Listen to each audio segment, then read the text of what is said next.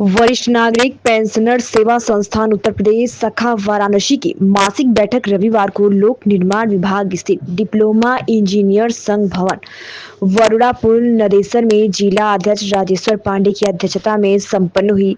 बैठक का संचालन जिला मंत्री जयराज बहादुर सिंह ने किया। बैठक में पेंशनरों को विभिन्न सामाजिक समस्याओं पर विस्तार से चर्चा की गई।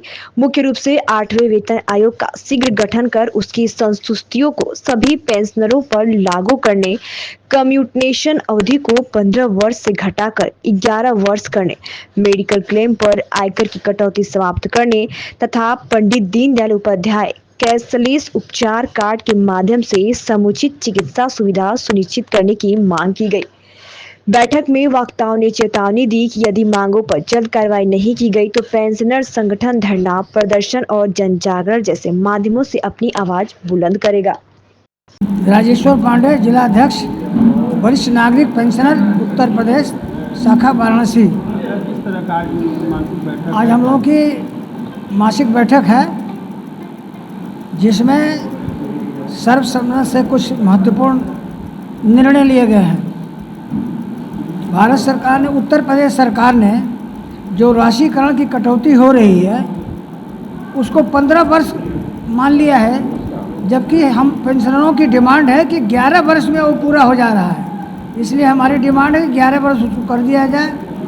और मेडिकल रिवर्समेंट जो हम पैसा दे करके इलाज कराते हैं उसका जब बिल प्रस्तुत करते हैं तो सीएमओ ऑफिस या सीएमओ ऑफिस में जाके अटक जाता है, वहाँ परसेंटेज की मांग की जाती है।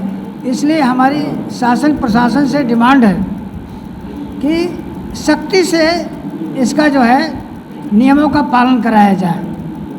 और उत्तर प्रदेश सरकार से हम लोग पिछले कई वर्षों से मांग कर रहे हैं कि 65 वर्ष, 70 वर्ष, 75 वर्ष पर क्रमशः 5%, 10%, 15% की बढ़ोतरी किया जाए। लेकिन अभी सरकार जो है सो रही है, सारी सुविधाएं उन लोगों को दिया गया है। भारत सरकार से हम लोग डिमांड करते हैं कि वरिष्ठ नागरिकों को जो सुविधा कोरोना काल के पहले दिया गया था उसको बहाल किया जाए ताकि हम लोग को रेलवे में उसका लाभ मिल सके, छूट मिल सके। आनंद लाल, वरिष्ठ उपाध्यक्ष। किस तरह का बैठक है, क्या है? हाँ, आज हमारे इस एसोसिएशन की मासिक बैठक है।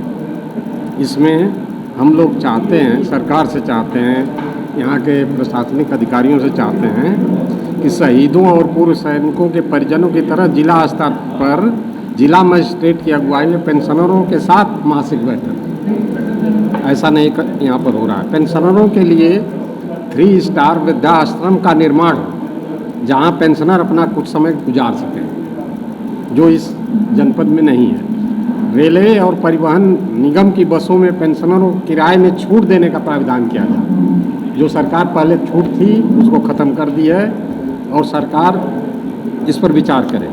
सेवानिवृत्ति के बाद से ही पेंशन में वार्षिक वृद्धि देने से सरकार पर दबाव कम होगा और पेंशनरों को भी लाभ मिलेगा।